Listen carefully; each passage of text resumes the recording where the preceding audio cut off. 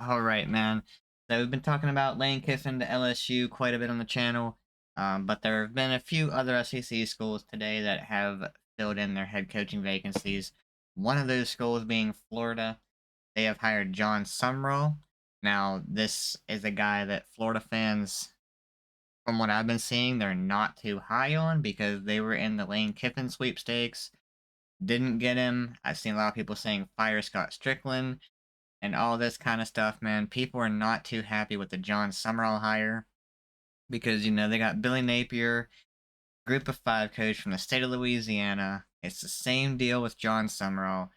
And, they're just thinking it's going to end up the same way that Napier did. So, yeah, we got a little segment here from Josh Pate.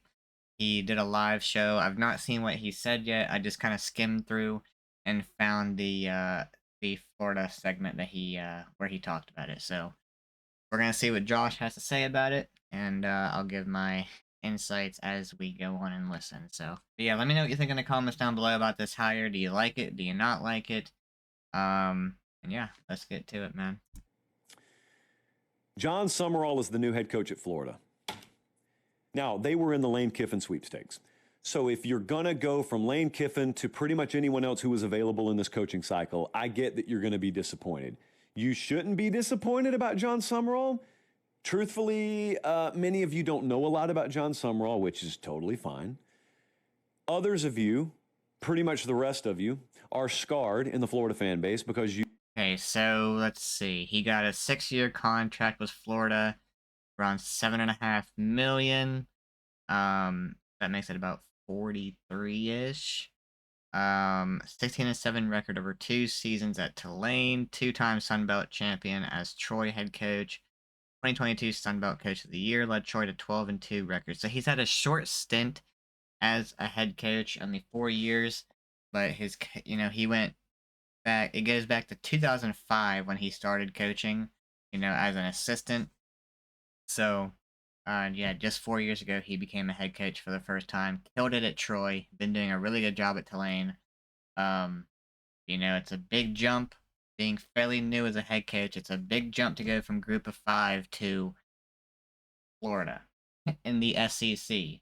And, with all the pressure that comes with knowing how the fan base feels about things, they wanted Lane Kiffin.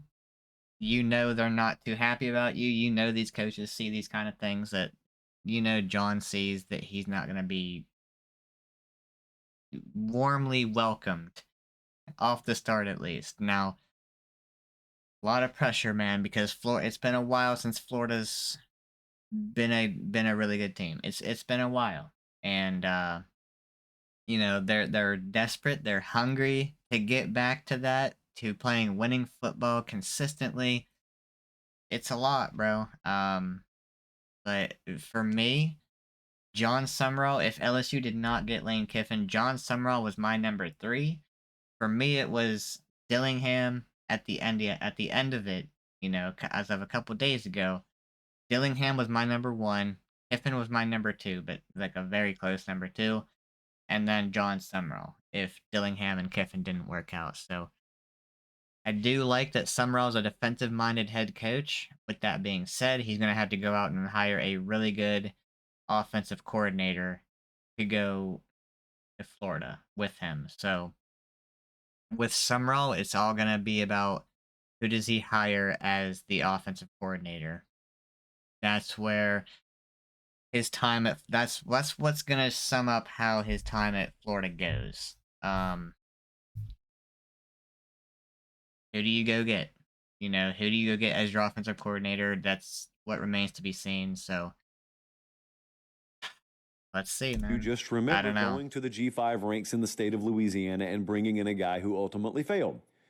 So, I have taken a totally new approach on head coaching hires. Ever since freezing cold takes threw my old Jonathan Smith take in my face earlier today, where I said, and I quote, Jonathan Smith will win at Michigan State. He got fired today unceremoniously. Michigan State, I saw hired Pat Fitzgerald. Is that freaking right, bro? Because if they went and hired Pat Fitzgerald, that's a really good hire for Michigan State. He did a lot of good things at Northwestern before he left there, or got fired, whatever happened to him. Yeah, if Michigan State went out and got Pat Fitzgerald, that's a really, really good hire for Michigan State, man. I'm not predicting anything with coaching hires anymore. I'm not even going to predict it with Lane. Maybe it'll work out. I guess it'll work out. But I can give personal testimony for who you're hiring. I can give my personal feel on the hires. So Jon Sumrall is going to be compared to Billy Napier Yep. lazily because he's from the G5 ranks in the state of Louisiana. And hey, man, we just hired a guy from the G5. And since he didn't work out, no G5 coach could ever work out at Florida. Now, of course, that's pretty insane and pretty low-hanging fruit thinking. I will tell you this.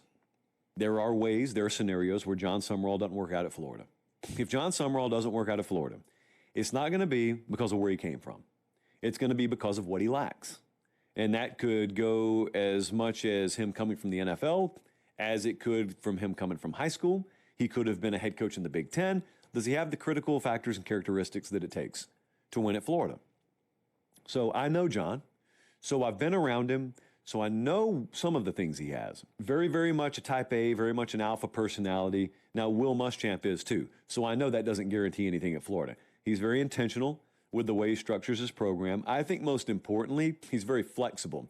So, you could find especially a young head coach's resume and you can pick it apart and say, oh, look at that stat. Look at this stat. Well, this is not a guy who is unflinchingly rigid. He's rigid towards one thing, and that's winning. Outside of that, Jon Sumrall is the kind of guy who could go about things one way, 1 year, and if it delivers C-minus results, wad it up, throw it in the garbage, and say, we're going to do it a totally different way. If that means me changing my philosophy, if it means me hiring new staffers, he's not just totally married to one way of doing things. He's married to winning as a concept. That's what he's married to. But the other important note is he's ascending. So it's my personal opinion that Sumrall is going to be a big name in college football for a long time.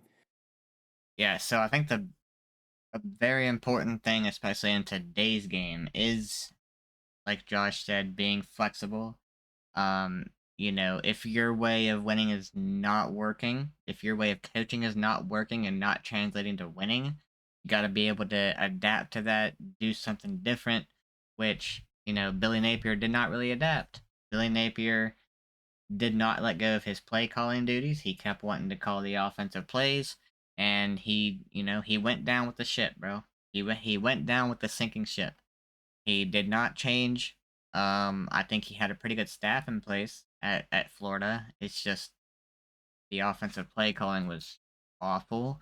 Um, and yeah, he just did not adapt when it came to that. He didn't want to give it up. He was too stubborn. But with Summerall, being able to be flexible, being able to adapt, that's one of the most important things in today's game is that. So I think that's probably one of the most important qualities you want in a head coach, honestly. I think most people who are around him feel that way. But he's got a pretty infectious personality. So there are guys who totally suck at football who have infectious personalities who could fool you into believing in them. So it doesn't matter. Just because someone likes you doesn't mean you're a good football coach. I actually think he is a likable, good football coach. Likable not in a sense that he's cuddly or warm or, overly fun to be around. I mean, there's nothing wrong with being around Jon Sumrall. But Jon Sumrall could also stick a knife in the side of your neck if it means getting an extra 3 points to win a game, which is the kind of attitude that I would want if I were a Florida fan. He walks in knowing the score, though. What I will tell you in talking to him a couple of times over the past week is he's keenly aware of the vibe around Florida. He is not stupid. He is keenly aware that they wanted Lane Kiffin there, and they didn't get him. And they got him instead. Jon Sumrall is the head coach at Florida. And he is keenly aware of who the last head coach was at Florida. And he is keenly aware of what level of football he came from, what state he came from, and what he failed to do. And it is only natural to draw the conclusion that the fan base will be very skeptical when they go that route again. He knows all that. I know because he's told me he knows all that. And so he's the kind of guy who says it before you have to say it. Now, I don't think for a moment that it gives him any hesitance in taking the job or having full confidence that he can do the job. And I think in very, very short order, Florida folks will buy into it. And not just because you have no other choice. I think Florida folks will buy into Jon Sumrall because he will get a really, really good staff in place down there, and they'll execute the vision. And I think he'll win there. Absolutely think he'll win there. I think there was a reason why his name was involved in every one of these coaching searches. Exactly. And it's not just because his representation's really good at floating his name out there. It's because a lot of people view him as the next big thing in coaching circles. So here's the other thing I'll just ask, and this is out of my control. It's out of Jon Sumrall's control, really. Is Florida going to be what Florida's supposed to be? Very, very open-ended question. There is a working theory out there, and I really can't prove the validity of this. I know everyone has their theories. There's a working theory out there that the reason Lane Kiffin sort of looked at Florida and then looked past Florida was because when they raised the hood on the program, they didn't really like what was inside the engine. There were some things that were turnoffs. Now, anytime you ask people to give you specifics, they hem-haw around, as Meemaw would say. Well, if that is the state of affairs down there, then Florida's got to make its mind up how serious Florida is about winning football games and being a successful program. Because I don't really care who you just hired. If you don't have the under the hood portion in a state of comparability to the other big time programs in the SEC, it doesn't matter who's in the driver's seat. Gotta have that alignment, So, bro. I say that kind of open-ended because I think it's a little unfair to just throw that stuff out there. Oh, man, Florida's a mess. Really? Give me particulars. I don't have them. Maybe not say that then. So I ask the question, is Florida what Florida's supposed to be? If Florida is what Florida's supposed to be, from a support standpoint, from an investment standpoint, then I think Jon Sumrall will win there. I think there is a world where you look around 3 or 4 years from now and say, in retrospect, I think we got the best guy for the job. Regardless of who we originally chased, maybe we end up getting the best guy for the job. Wouldn't shock me at all. Yeah, I mean, that very well could be the case for Jon Sumrall. Success is never guaranteed. That's the thing. Florida could have gotten Lane Kiffin, the guy they wanted, their number one by far. For Florida, it was Lane Kiffin or bust. For Florida fans, it was Lane Kiffin or bust. But there's no guarantee that Lane Kiffin comes to Florida and wins. It was still going to be up in the air. Just like there's no guarantee he goes to LSU and wins. Is there a really good chance that he goes there and wins? Of course. There's a better chance he wins there than at Ole Miss. Which he won at Ole Miss. So, it's never guaranteed. Lane Kiffin going to LSU could flop. Jon Sumrall going to Florida could win 9-10 games a year, have them in the playoff every other year. It's going to be a bit of a rebuild when it comes to Florida. There's going to be a bit of a rebuild. What are you, a 4-win team this year? Sumrall is not going to come in and immediately kill it. What are your expectations for year one under Jon Sumrall? I know it might be too early to even say that because he doesn't have his staff in place. But, if we're talking about way too early prediction here, I would say you want some improvement off of this year. You're going to have a full staff in place for the majority of this year. You did not have a head coach. You had an interim head coach in place. And you won 4 games. So I think with a full staff, with a head coach, with a permanent head coach on the field, you kind of want to see a little bit of improvement off of this year. So I would say 5-6 wins next year for Florida. That's what I'd put my expectation at right now.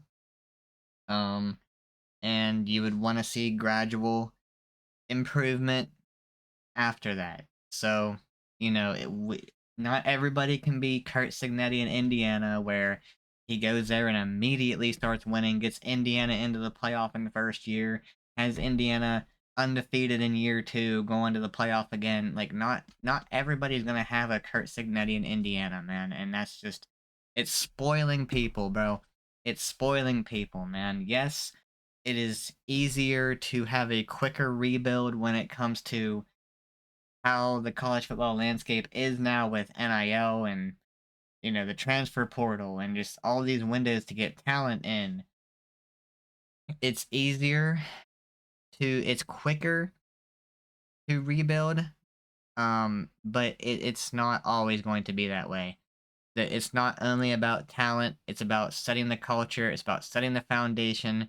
And at Florida, freaking tear it all down, rebuild the foundation, build it up, bro. You just can't keep going from head coach to head coach and just not just fully rebuilding. Just go for the full rebuild. The Billy Napier era was a mess. There was some good moments like last year when Billy Napier went on a little bit of a hot streak, and that's the reason why he kept his job. Um, I mean, you still finish. What'd you finish like last year? Eight wins, something like that. I can't remember, but um, yeah, you just want to reset the culture, reset the foundation, do it Jon Sumrall's way. So, um, yeah. Let me know what you think in the comments down below, man. Hope y'all enjoy. If you please drop a like, hit that subscribe button. I'll catch you on the next one, man.